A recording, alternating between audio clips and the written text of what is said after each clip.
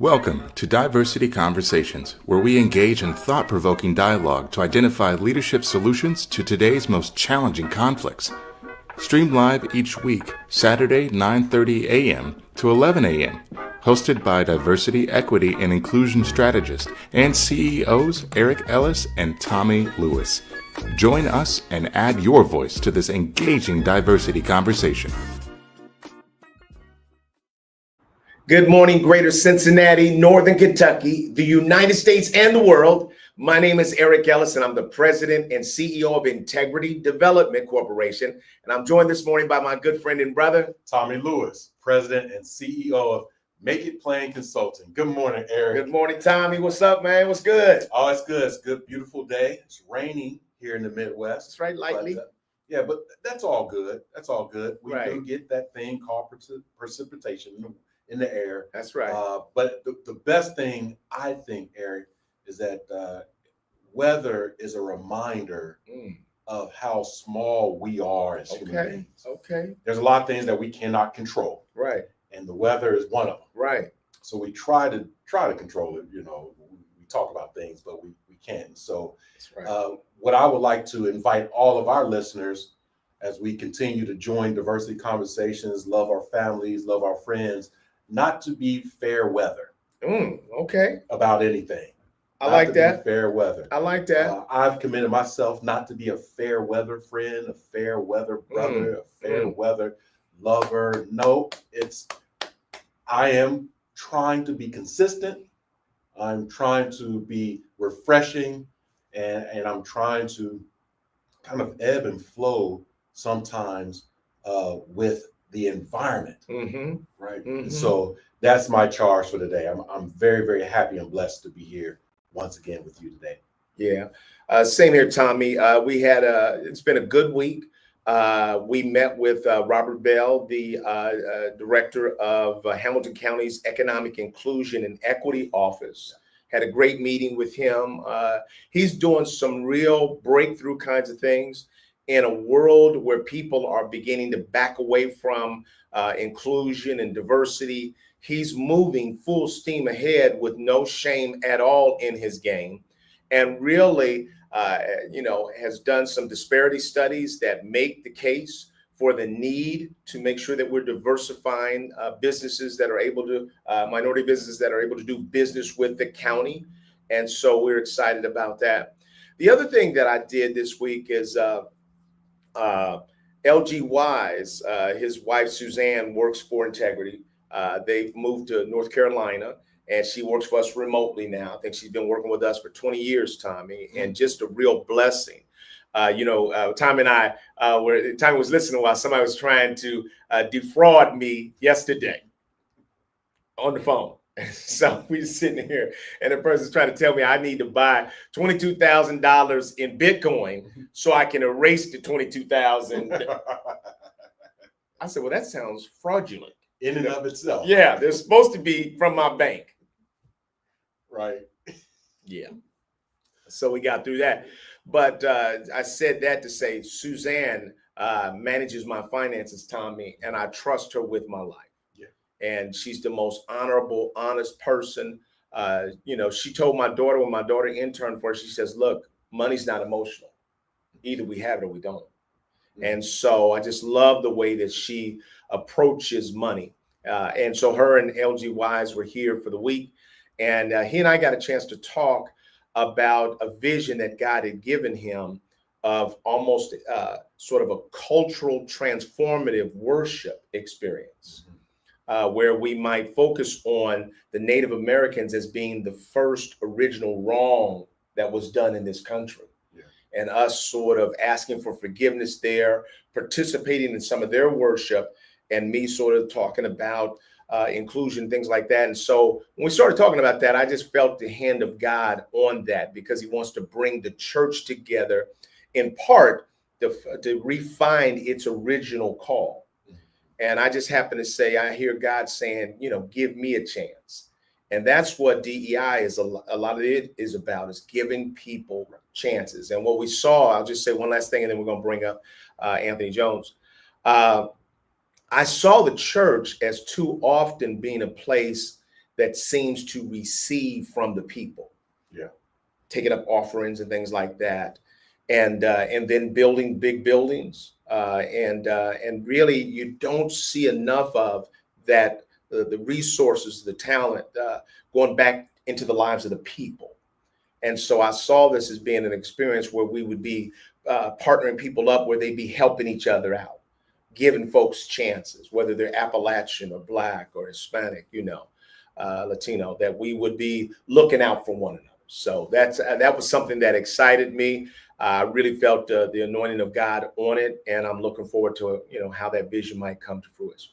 Eric, I think that's a great experience you had, and insights on institutions. So it could be the church, it can be institutions of higher learning. That's right. It could be That's right. institutions That's right, Tom. of civic and nonprofit organizations, Exactly. as well as the institution of community. Right. That we are constantly having to redefine what these institutions mean, and how we are actually continuing to bring value to the people who embrace the institution, support the institution, and more importantly, who need the institution.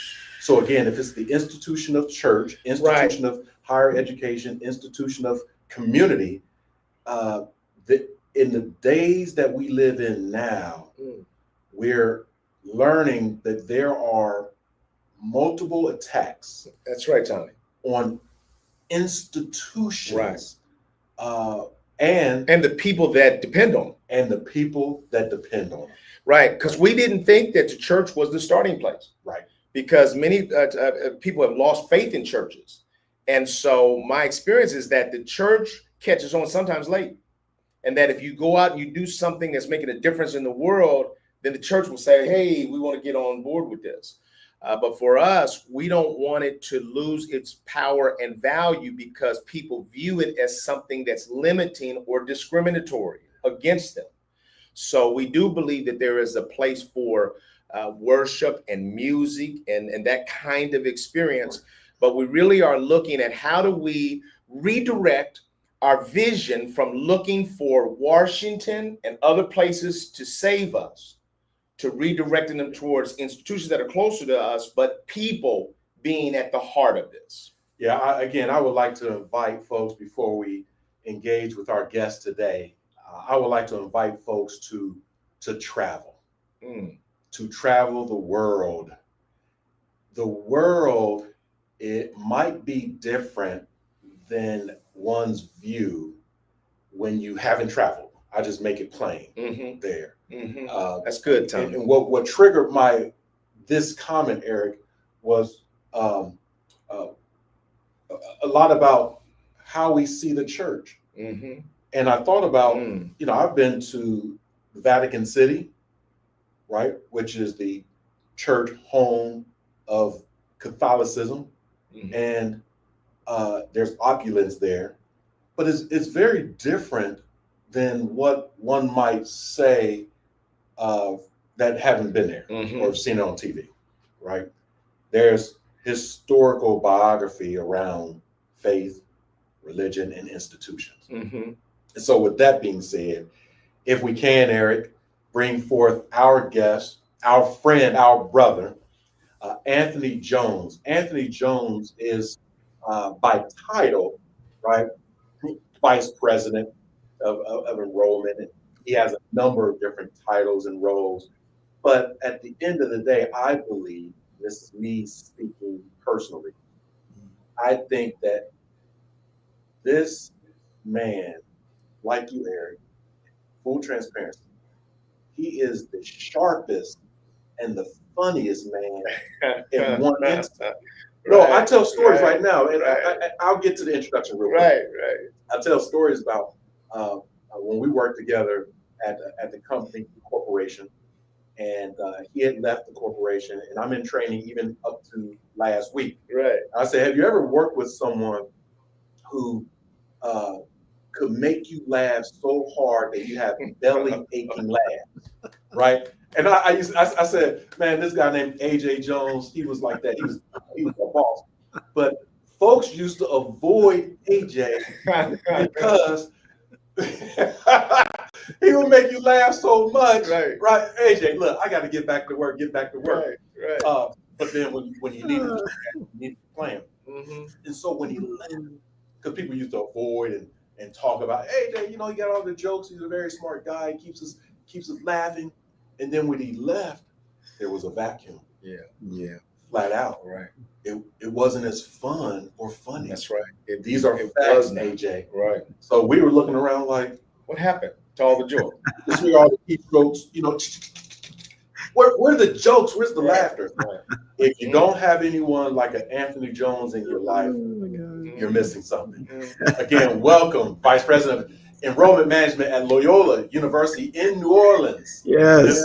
Anthony Jones. Thank you, my brothers. Thank you so much. It would take me a long time to describe how good I feel sitting on this line today, looking at the two of you.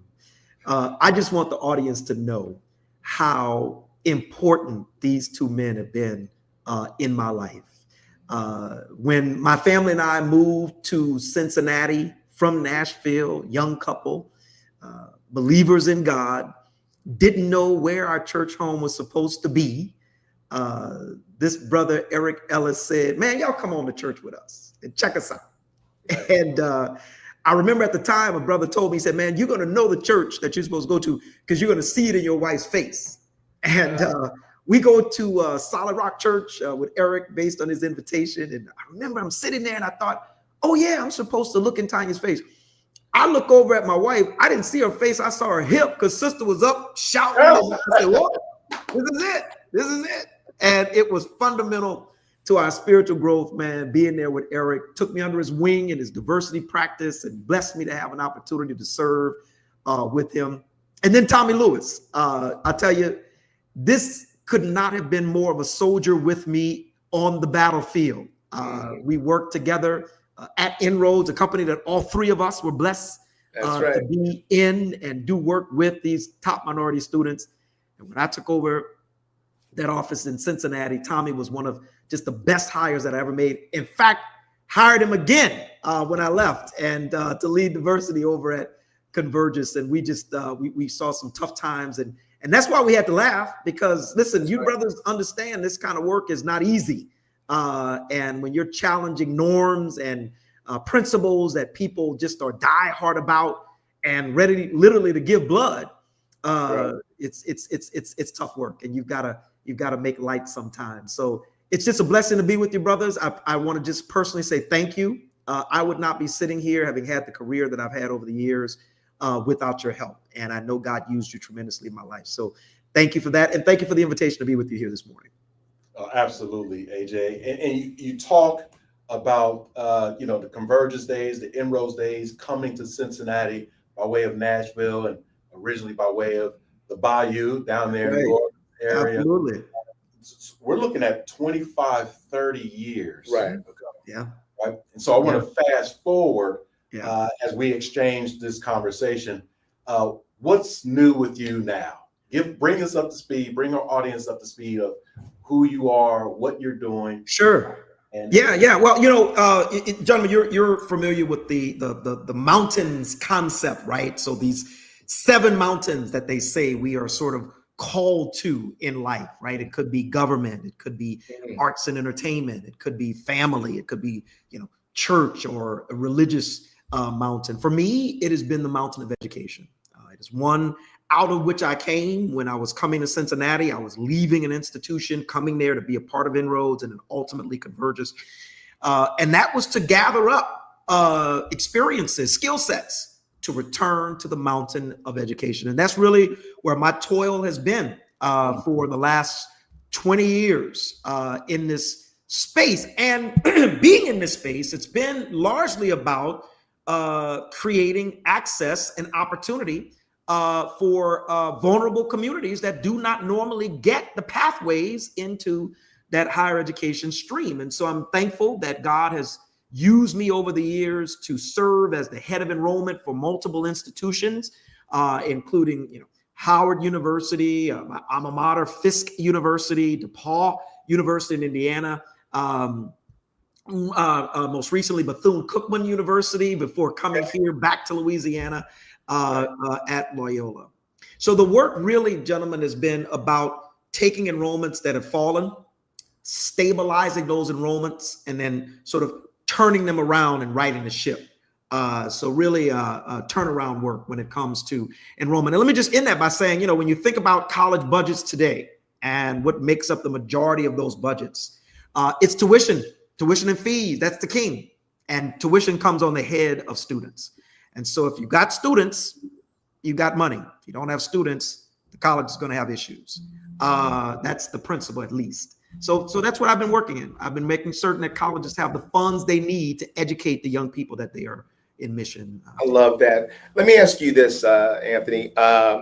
Today, young people are beginning to question the value of higher education.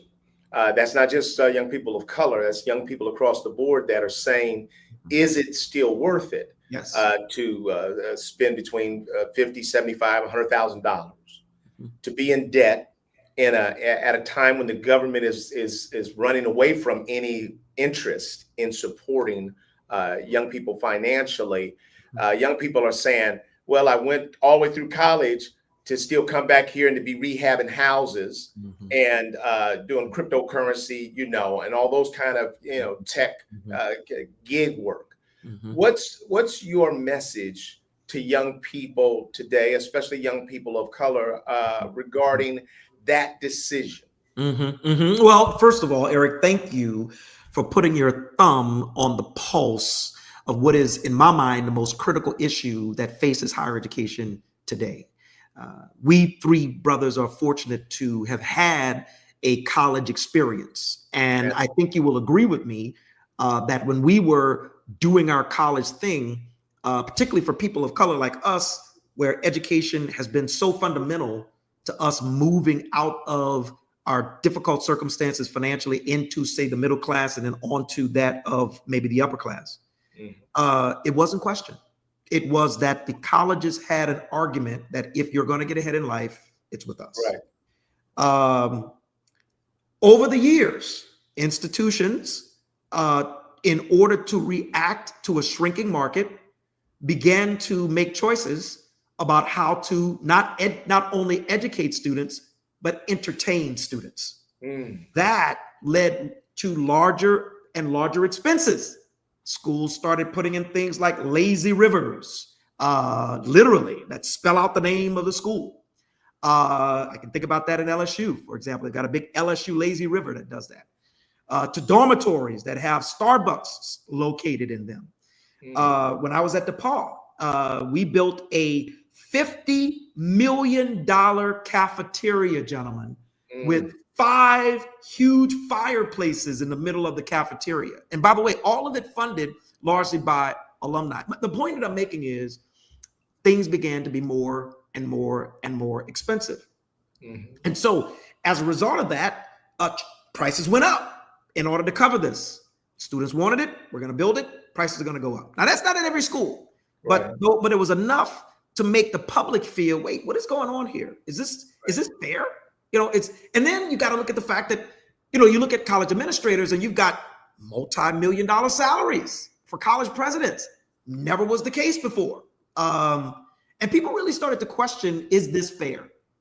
At the same time, that became a talking point for neoconservatives who themselves feel responsible for reducing spending, whether on the state level or on the federal level. And it became a very easy target to look at institutions and say, this is not right. And so a subset of the population began to express their pain, and the government, politicians, and others began to pick up on that and push back on campuses to say, should you really have a multi-billion-dollar endowment, Harvard, Columbia? Is that right for you? And what are you doing with all of that? What are you doing with all of that money? And why are we still paying the prices we're paying if you're sitting on $1 billion? So the fundamentals began to drastically change over the last 20 years. Now, I point that out, though, in answer to your question to say, this is what's happening in a segment of the population of higher education, not all. And where I've been doing most of my work is on the other end, under-resourced schools, schools that don't have the billion-dollar budget, don't charge exorbitant amounts. In fact, their overhead in terms of deferred maintenance, roofs on dorms or broken down labs are huge. Right. But they're receiving the blowback from exactly what you said, the weakening of the institution of education in general. So students that would have been there for them to be able to make their cash off of them are disappearing. Parents who would have normally said, if you're going to get ahead, you're going to do it through college, that has reduced in terms of its support, right? And the philanthropic community is saying, well, you know what? I'd rather put my dollars over here instead of giving you another $1 million to the higher education. So there's not money to give out. Right. And then finally, when it comes to schools like HBCUs, for example, when it comes to giving, there's a lot of competition between the church and the institution. Yes, Right. sir. Right. Black folk gonna give. I got one offering to give this month. Am I going to pay it to my university, or am I going to pay it to First Baptist? Right. And so you have all of that wrapped up as to where we are today. So what am I saying to young people? Well, listen. The fact still remains that when you size up those who, after get into their 30s, get into their 40s, get into the 50s, who have higher earning potential, it clearly points to those that have had an education, particularly a higher education. It just does. A high school degree is good, but it is not creating the income that people need to have today. So there is still an argument. And I will just close, gentlemen, with this. Also, as long as corporations, and they do, still require the Western degree, which means the American degree is the standard bearer in the global world, higher education will still need to exist. But when corporations turn off the spigot and say, look, high school diploma is going to be good enough, we're in trouble. And I will tell you what's already happening. Companies are already figuring out how to educate their employees inside. Absolutely. Oh, wow. Right? Yeah. You've seen it. I'm sure Google is saying, look, forget about going out of high school to college. Come to Google. We'll give you a Google certification on ... and you're good. You can advance yourself. So it's a very tense time. And the argument has to be made for us very articulately why we should still exist. I think you've already reacted to it, but we have our community that weighs in. So Herschel Daniels Jr. has weighed in here. If you want to make a response to his comment, you've kind of touched on it already. It says here most studies provide that a college education provides not only a platform to increase your pay. It does, and I think that speaks to the fundamentals of what we do, right? So colleges are important in terms of giving students an ability to think critically and to add skill sets to themselves that allows them to be able to synthesize large volumes of information and then give some sort of output. It does allow you to be around individuals who themselves are also pursuing higher ends. And so that kind of more increases or multiply one's network. And of course, as we all know, the network of an individual is very important to their advancement or can be very important to their advancement in life. But what I will say, though, is that unlike 30 years ago, where one could graduate with a liberal arts degree and be fine, what the audience is telling us now, right? What the market is telling us now, they want practical degrees. In other words, they want degrees that allows them to connect one-to-one with what the market is demanding. Like, for example, there's been a huge escalation in pre-nursing majors and nursing majors. Why? Because you go in, you study nursing, you come out, you go to a hospital and you work. Versus you go in, you study English, and then you come out and maybe I can go in this direction, maybe I can go in this direction, so on and so forth. So there is this one-to-one correlation that parents and students are asking for now in their degree work. And so colleges, particularly those of us who have been largely in that liberal arts space, and all of the colleges where I've worked, gentlemen, have been just that, we are having to be far more realistic and far more self-examining about the degrees that we offer. We can't have, and this is no disrespect to those who might be philosophy majors out there, or professors out there, but we can't have the philosophy department driving the conversation today. It just doesn't work. Right? It just is practically, the market is telling us something different. So it is a good question. And I do think that colleges thankfully still have some validity because they affect long-term income and the ability to have a quality network. Let me say something about you, and then I'm gonna let Tommy jump in. So I'm sitting here listening to you, and there's 1,000 thoughts that are running through my mind. Some of them are the bias of a dominant culture person that might say to you, Anthony, you really sound so articulate. So that's one funny thought that runs through my mind. But then the second thought that chases that is how brilliant you are. Oh, And that it's a crime that the country and the world doesn't have enough opportunities to hear from subject matter experts of color who have wisdom in a space. And I just want to let you know how grateful I am that you exist in this world and that you've done your work. You've done your work in a way that makes you a tremendous ambassador for us, a credit to your race, a help to society. And I'm just blessed by listening to your expertise in this space. Thank you, my friend. I'm humbled, and I appreciate it. And may I just say, on that note, it's been a very difficult week for me personally. And the reason, in fact, if I could just be personal here for a moment, I literally wept tears this week because of the decisions that have been made, that were announced by the current administration in terms of what its budget proposals are for education and higher education in particular. When you look at the kinds of cuts that are being proposed, cuts to critical programs like TRIO, for example, and Gear Up. I am a TRIO recipient myself. Growing up in a single parent home with a mother who wasn't college educated, who washing dishes one night, and I'm telling her I want to go out of state, dried her hands, turned around to me and said, if you're going to do it, you're going to have to do it on your own because I've gotten you as far as I can. And it was TRIO that helped me to get over. And the administration is saying, let's get rid of it. They're saying that the fundamentals that needed that to happen are gone. And we can go on and on about where those cuts are. It is a sad day, Eric and Tommy, in the state of education, but more sadly for people who look like us, who have depended on education to get them where they need to be. So what I really have come to resolve this week more than ever before, and it's so ironic that we're having this conversation, is the resolution to fight. Just to fight, right? It's like, okay, you can do it on the mountaintop. Right. But right now, for the next 4 years, my friends, we are going to be in the valley. And I am committed to learning all that I can.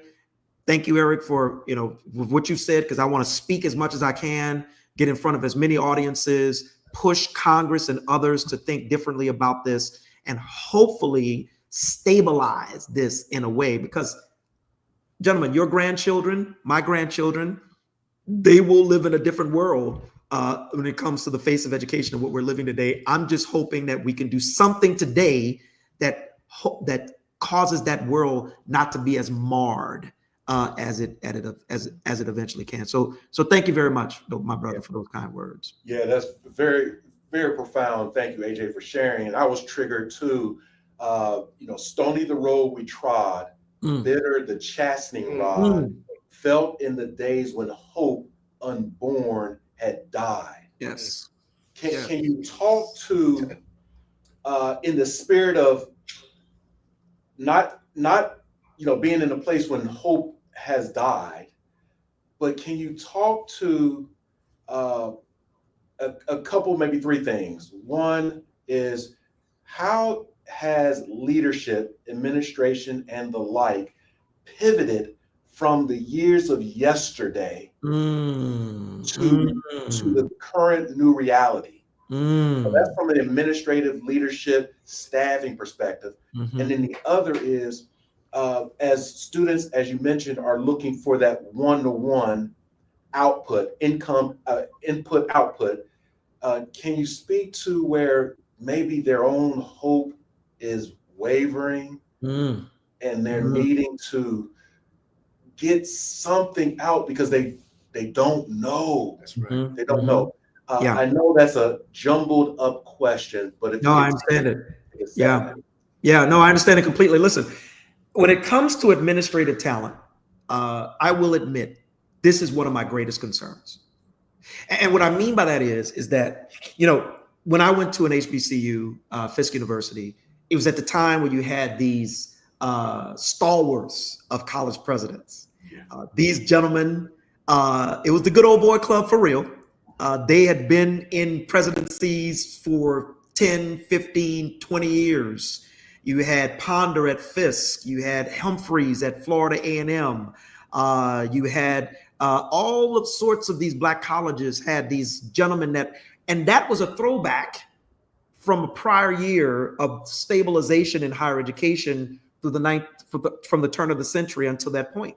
That's just what was an acceptable practice. But what would eventually happen is that the fundamentals of higher education would begin to shift. Things would become more difficult on the presidential level, more difficult to raise money.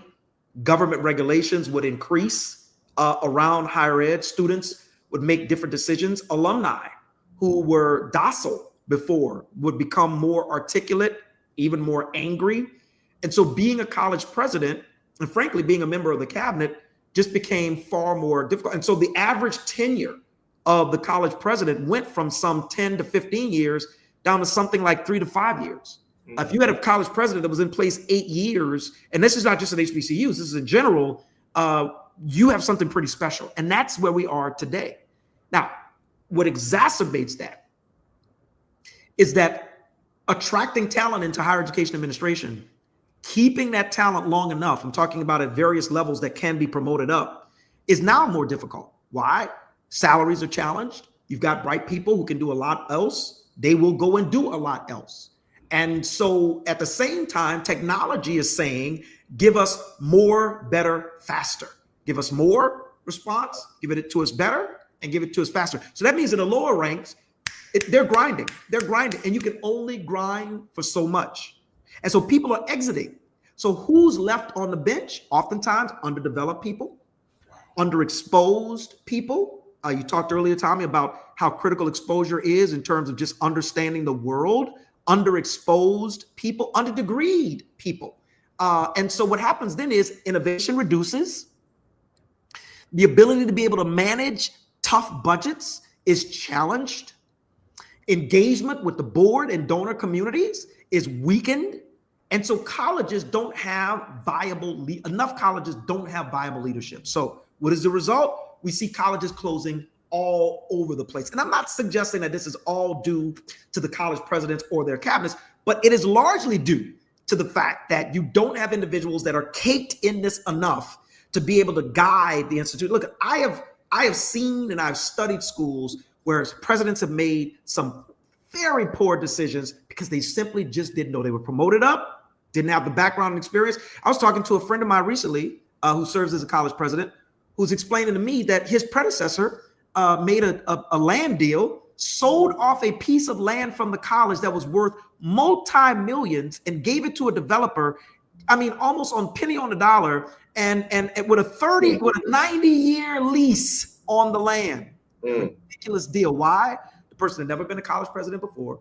They didn't really know a whole lot, and this is the way to do it. So my point in this is that from an administrative standpoint, we are in need of developing better and better talent. I'm grateful that I'm sit on the board of trustees for the College Board. College Board is responsible for SAT, AP, all of those kinds of things.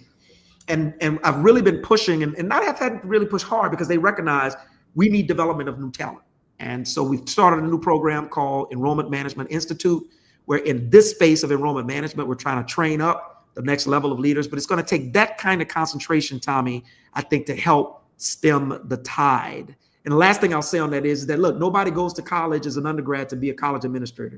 It just doesn't happen. You kind of just back into it, right? You were great this and whatever in undergrad and you missions counselor, you end up and then da-da-da-da-da.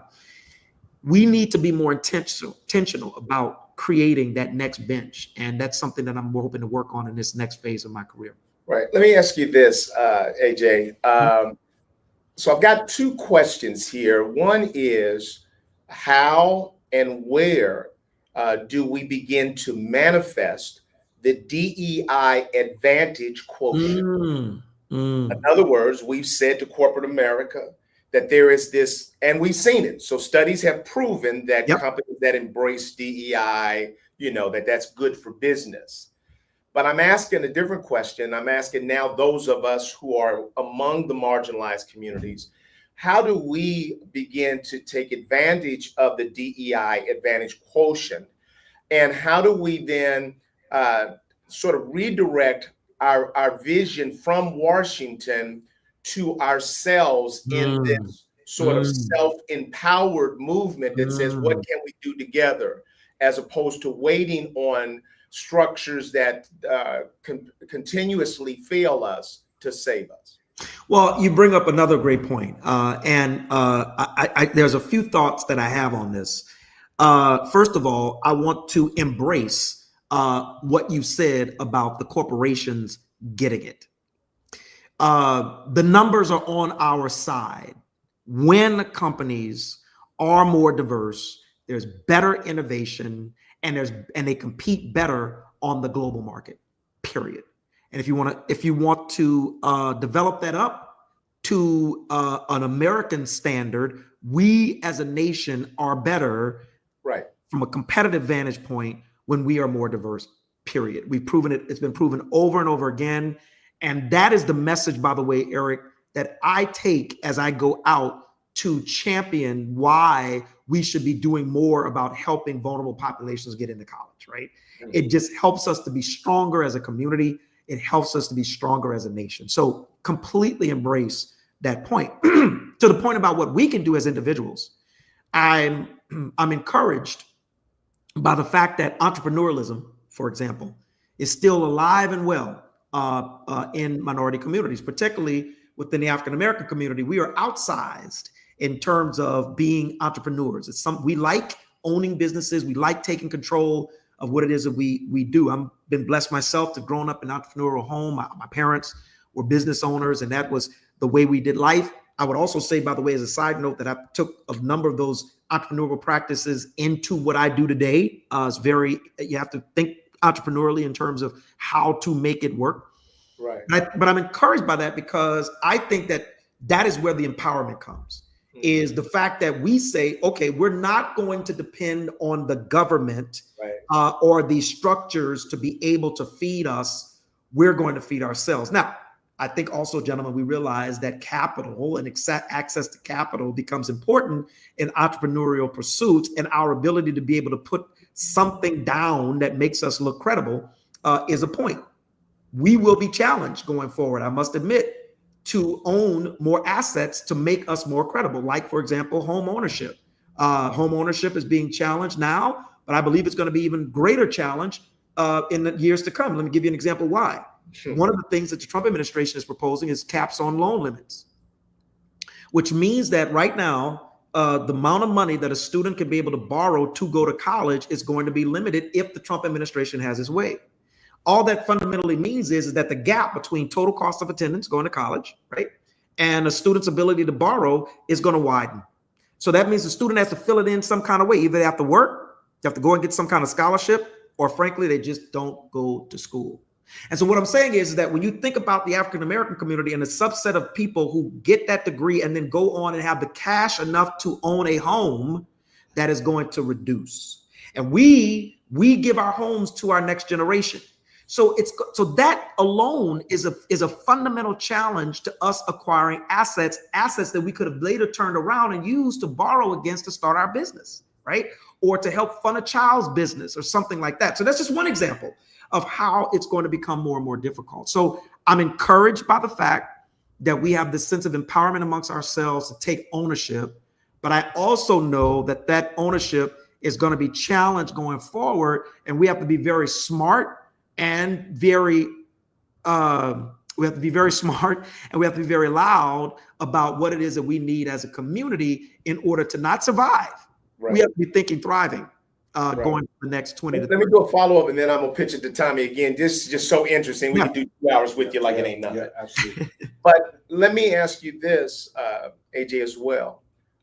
In today's world, the discretionary energy that families and communities have feels like it's far less than it's ever been. When I grew up, you knew your neighbors. If I came home, my parents weren't there, I went to the neighbor's house. Yes. Today, the street that I live on, I don't really know any of my neighbors. We don't even have sidewalks. What that means, I believe, is don't come to my house for nothing. And so, but when you look at us as a people, at the end of people's work days, they're so worn out that they don't have the energy to really connect with others. And so as we talk about the we, what are the convening opportunities for that we? Especially with church attendance sort of going down. And I think the number is 28% of young people are decided to be unchurched. Yes. And I asked my son about that. He says the church is invisible. So my question to you is, how do we convene in order to pull together? We don't even know each other as well. Eric, it is amazing to me that that this question even has to be asked. It's a good question. It is amazing that it has to be asked. Yep. That we are literally living in an era right now, the three of us, that has changed so drastically over the course of our lifetime. And brothers, we ain't old. I mean, we getting up there, but we ain't old. Right. And yet here we are asking this question. It's incredible to me. I will say, I think one of the fostering factors in this has been technology itself. I think technology has caused the world, right, to just bury in, be entertained and connected, and be okay to be at solace with oneself, and disconnect with the larger world, right? Yeah. That itself has fostered where we are. And the real discouraging part of this is we're bringing up a generation and a generation behind it that is even more intent on being self-secluded, which, by the way, was exacerbated by COVID-19. I'm thinking about, Tommy, your earlier question about young people and kind of how they fit into this mix. That has been exacerbated. Right now, the Trump administration, as you know, is challenging institutions to say you cannot teach these liberal ideas. You must incorporate more conservative ideas. All right, I don't want to get into the mix of whether that's right or wrong, but what I will say is I know examples of conservative thinkers sitting in classrooms that are filled with liberal thinkers and being bullied. Now, I'm not trying to say one is right or one is wrong, but here's what the point that I am making. Gentlemen, that is a representation of the lack of civility amongst our young people. Civility was something you learned on the playground. You learned riding your bike. You learned on who was going to take turns to jump the ramp that you set up that was going to kill you if you missed the ramp, right? You learned that there. They're not on playgrounds. They're in basements, bedrooms, on their tech, and that's separated. So now you put them in a college classroom where there's debate. It's supposed to be civil debate, and it's hostile. So it's becoming a greater problem. It's spilling over into the workplace. You talked about being drained by the time you get home. Oftentimes people are drained not because of the work, only the work, but because of the people that they have to deal with while they're at work. Thank goodness for the work that you're doing to help companies and people figure that out. So when I think about where the convenings are, I have to think that there are these social modalities that are going to continue to be developed to allow people to congregate, but it's going to be more and more in a technical space. And I think what's going to need to happen is a different skill development that allows people to get the same type of nurturing and interconnectivity over a screen that they would have over a cup of coffee in the sidewalk cafe, right? I think that's where it's moving for us. And for those of us that are thinking about this, like the two of you, we have to be thinking, I think, in that mode, because I don't ever think we're going back. I just don't. The sidewalks are never going to come back to the neighborhoods, my brother. They're just more and more going to disappear. What about coal mines? No going back. Right. No going back.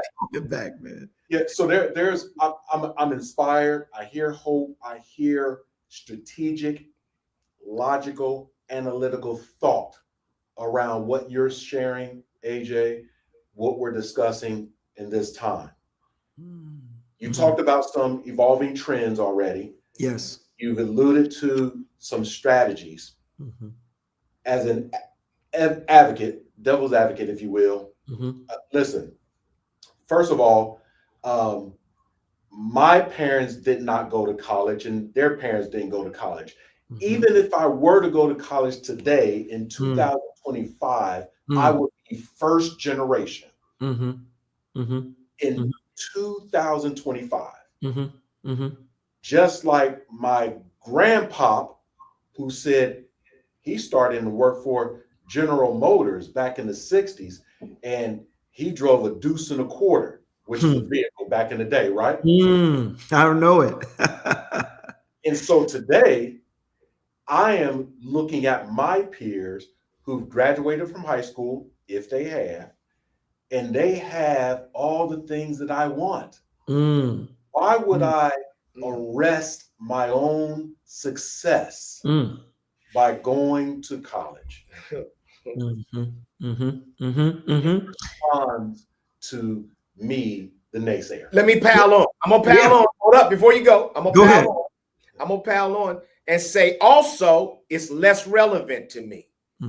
I hear that they're taking all the diversity out of higher education. So I might not even see nobody that looks like me. So throw that in on top of what time. Listen, y'all are giving it to me, gentlemen, and I appreciate it because this is the world I live in on a daily. Right, so I'm really glad to be talking about it on a Saturday morning. Look, when you look at here's what's interesting, gentlemen. When you stack up students by race and by gender, and you ask yourself who is falling out of the college going process fastest, you might be surprised to know it's white males. White males are failing to go to college year over year, percentage wise, than anyone else. Why? Because exactly what you just said, Tommy. I could sit in my garage, come up with a new app, a startup, make just as much money, right? And so it is literally a issue that we are grappling with. I know at my school, which is not an HBCU, but even if we were at an HBCU, we should be concerned about all students. So I don't want to indicate that HBCUs are not. So the point is that going back to the point of technology, it is undermining in many ways a student's decision to be able to do something different. The other part of it is that we have a generation now that values the opportunity to do their own thing without being dictated to. College is an institution itself, and you know that the institutions of our land, you pointed it out earlier in the introduction, which I really enjoyed, are being questioned. The institution of business and banking, the institution of government, the institution of education. And so these young people are looking at education and saying, why? Why do I need to subject myself, and why don't I just do my own thing? I'm going to take a gap year. I'm going to go find myself, do my own thing, and be okay with it. Now, what I will say is that this is not a new thing. It's not new that students in the 1950s were asking the same question. Do I really want to go to school next year? But there was a firewall back then where the mama said, you don't have a choice. You get up out here and you're going to school. That is no longer the case. The parents that are raising young people today themselves are saying, well, okay, maybe we do this gap year, because they too, as we said earlier, are questioning this. As far as seeing myself on the campus, what I say about that is fit has always been an issue for success in college. Students have always had to find the right place that works for them. And when they do, you see the numbers say that they matriculate and graduate faster. What happened, though, is that back in the day when we were doing it, gentlemen, to try to write fit, you had to go through guidebooks and hope that you found the right words that told you about the school, or you had a cousin that went to the school, or maybe a sister that went to college. Today, students can get real time, real quick on what schools might be a fit or not. And what's happening is we're seeing a dramatic shift, for example, in African-American students at the upper end of the income spectrum, okay, who are saying, you know what, I'm not going to Penn. I'm not going to the University of Missouri. I know my parents make $200,000, $300,000 a year. I've been in K through 12 top schools. I've got a 3.8 GPA. I've got a 30 ACT. I'm not going there. Why? Because I just saw the post that they had of a noose hanging from a campus tree, and I just don't want to have that environment. And so they decide to go to where? They go to a Howard. They go to a Spelman. They go to, to a Fisk or Tennessee State or what have you. That's the decisions that are being made. So that's a fundamental idea that's changing itself as well. Students are walking with their feet into the schools that they feel are a better fit, or they're deciding to just stay home, and parents are supporting those kinds of decisions. So it is just a different world, man. And it's the world that we have to navigate if we're going to be successful as college administrators. Yeah. Let me ask you another impossible question. So where should we be putting our energy? And the answer is everywhere. But as we look at our communities and communities of vulnerable people, I like that language. We know that if the child hasn't started getting it by 6, yes, they might be done for. Yes. As we look at our people and the struggles that are happening because of segregated education, and we just see all of the kind of just lawlessness in some respects that's happening in elementary schools, and kids are just struggling to get through that part. Who are we speaking to? So where should we be putting our energy? If we don't get it done at the beginning, we certainly don't have anything at the end. Yes. We see this widening gap between the haves and the have-nots. The middle class, I think, is shrinking. Yes. Where should we be putting our energy? Can we afford to ignore this and to get to where you are? We cannot. Right. If there is anything we need to embrace more going forward, it's that there is a student life cycle that starts in the womb. To your point, the studies are clear.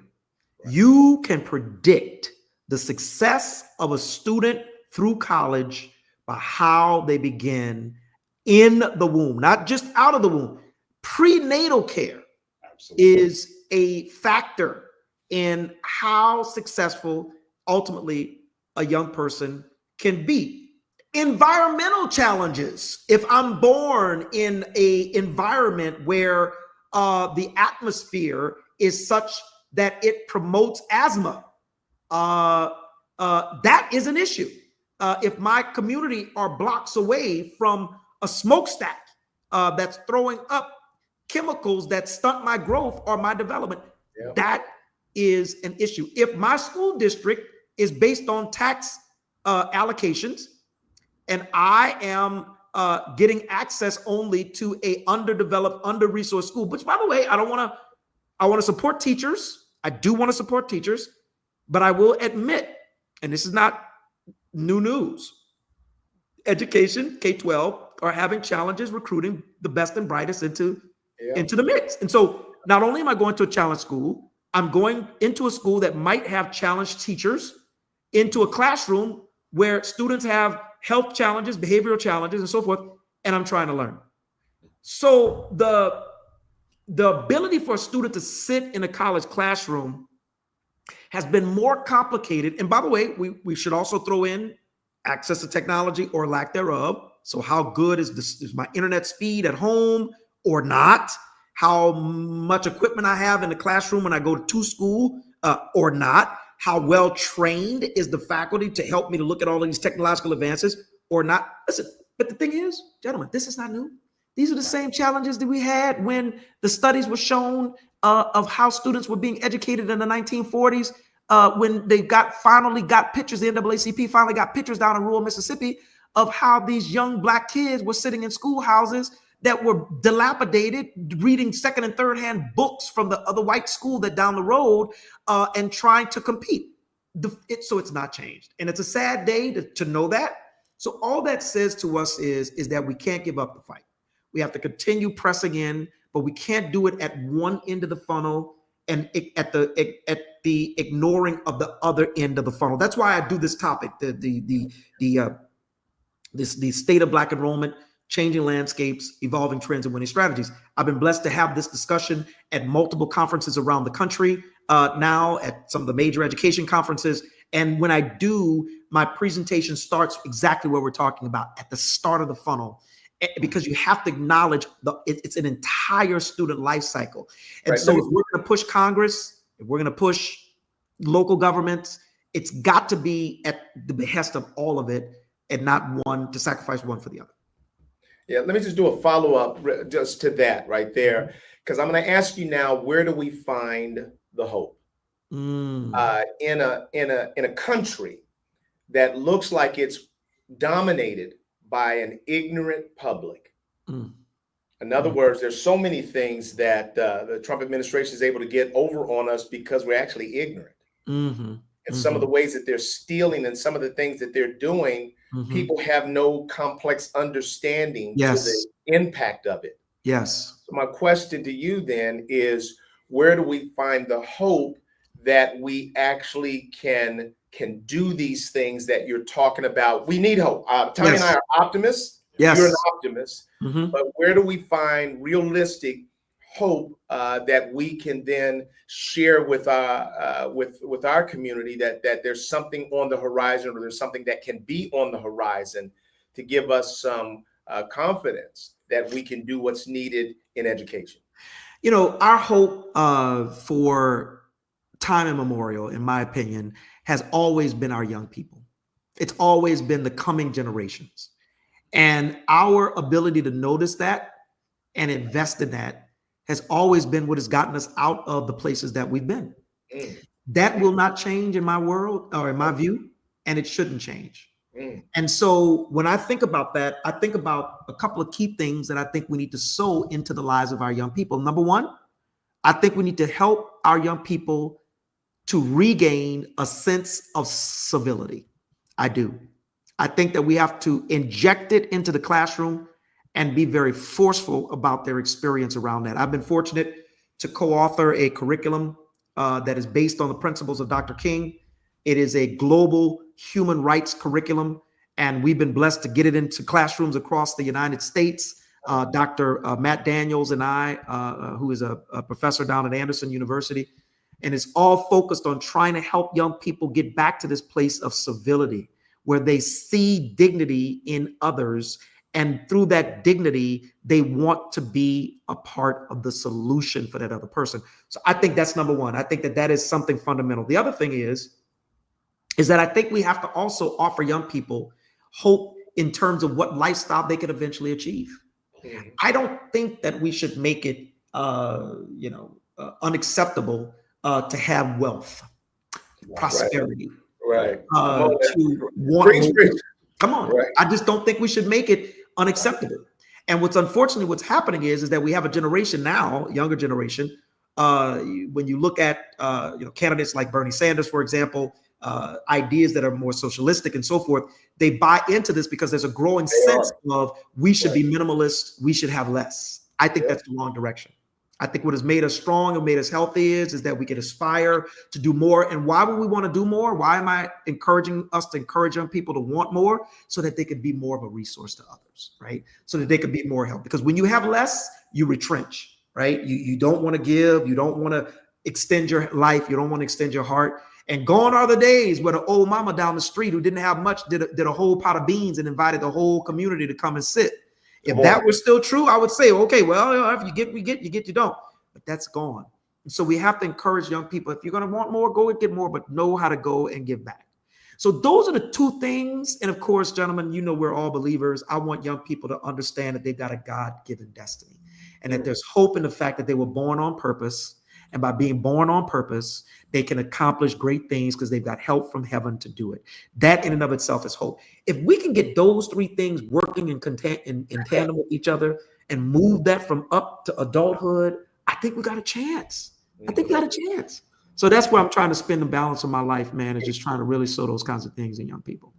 Yeah, dropping gems today. Absolutely. On this beautiful Saturday. Absolutely. I would like to invite, just as a quick segue, invite our community that are listening, that are watching, to review the tape again. Again, continue to like and subscribe so you're reminded of opportunities like this. These are conversations in my mind where, AJ, I am less familiar with, but I'm attracted to the facts, the research, and the sensitivity to myself. In other words, I'm attracted to conversations where selfishly it uplifts me. Yes. Right? And as I get uplifted, to your point, I then pour into others. But when my vessel is empty and I'm searching for someone to please pour into me, my hope begins to shrivel up. You've poured into us this morning. You've poured into us Absolutely. as a community. You've poured into, I believe, AJ, into people who may be stagnant in their action because they did not know and do not know what to do. You've shared with us changing landscape, some evolving trends, and winning strategies that now I can say, oh, I can do one thing different than I did nothing yesterday. Absolutely. If we can touch each person to have hope in those three areas that you talked about and take accountability, and that's what our community was sharing, accountability, commitment, and Yes. collaboration Yes. to do better, right? Not just talk the talk. We have to walk the walk. That's it. That's It's it. obvious that you are. That's it. That's it. So I'll say this as we come to a close. This is just unbelievable. It's unfair. Our community says relationships, all change is small, slow, local. Whenever we have a powerful guest like you on, AJ, we are reminded of the crime of us not spending more time together. So I promise you, we will not allow this much time to pass by before we are connected, because there's some things that we have to do together because our values are similar. Yes. And our power is greater as we come together. And I find that oftentimes we as a people, we either complain, protest, or try to work harder. And I don't think the pathway to the future is found through doing those in isolation. We got to come up out of working hard individually, and we have to find ways to tie our arms, arm in arm together, find these solutions. Why don't you make a comment about this person, and then you got the last word, and let people know how they can reach out and find you, Anthony, if they're interested. Absolutely. Look, I think at the end of the day, we have to embrace the fact that, as the person is saying here in the comment, this work is difficult. It is arduous. It's a quagmire. There's nothing easy about this. And so for those who are going to roll up their sleeves and be about the business of education, I like what the other person said. We've got to fix K-12. We've got to fix the whole student life cycle. You've got to be ready to work. And I do believe that there are those individuals that are out there that are committed to this. If there weren't, we three gentlemen wouldn't be sitting here. We wouldn't have systems in place right now that are helping people. So I believe that there are those out there that are gutting it out and doing it. I invite more people who are willing to sacrifice and do what is necessary in this space, in this mountain that we call education. Join us here. As for me, they can find me at Loyola University. Shoot me an email. I would love to hear from you. aejones3 at Loyno, Loyno .edu. I'll repeat that, aejones3 at Loyno, Loyno .edu. I love ideas. I love talking through tough, complicated subjects, and would love to connect with anyone who would like to share any expression that they would like reaction to. So, and thank you, gentlemen, for this blessed opportunity to be with my good friends here. Absolutely. This is how you end a week, start a week with these conversations. This is food for thought. They say that you are what you eat. Right. And most people say, the food that you take in your body. But we know that we are what we eat by the words that we take in and process. We're here with AJ Jones because through the word, he is a vessel. So I would like to thank you, AJ, for continuing to be that vessel. Thank you.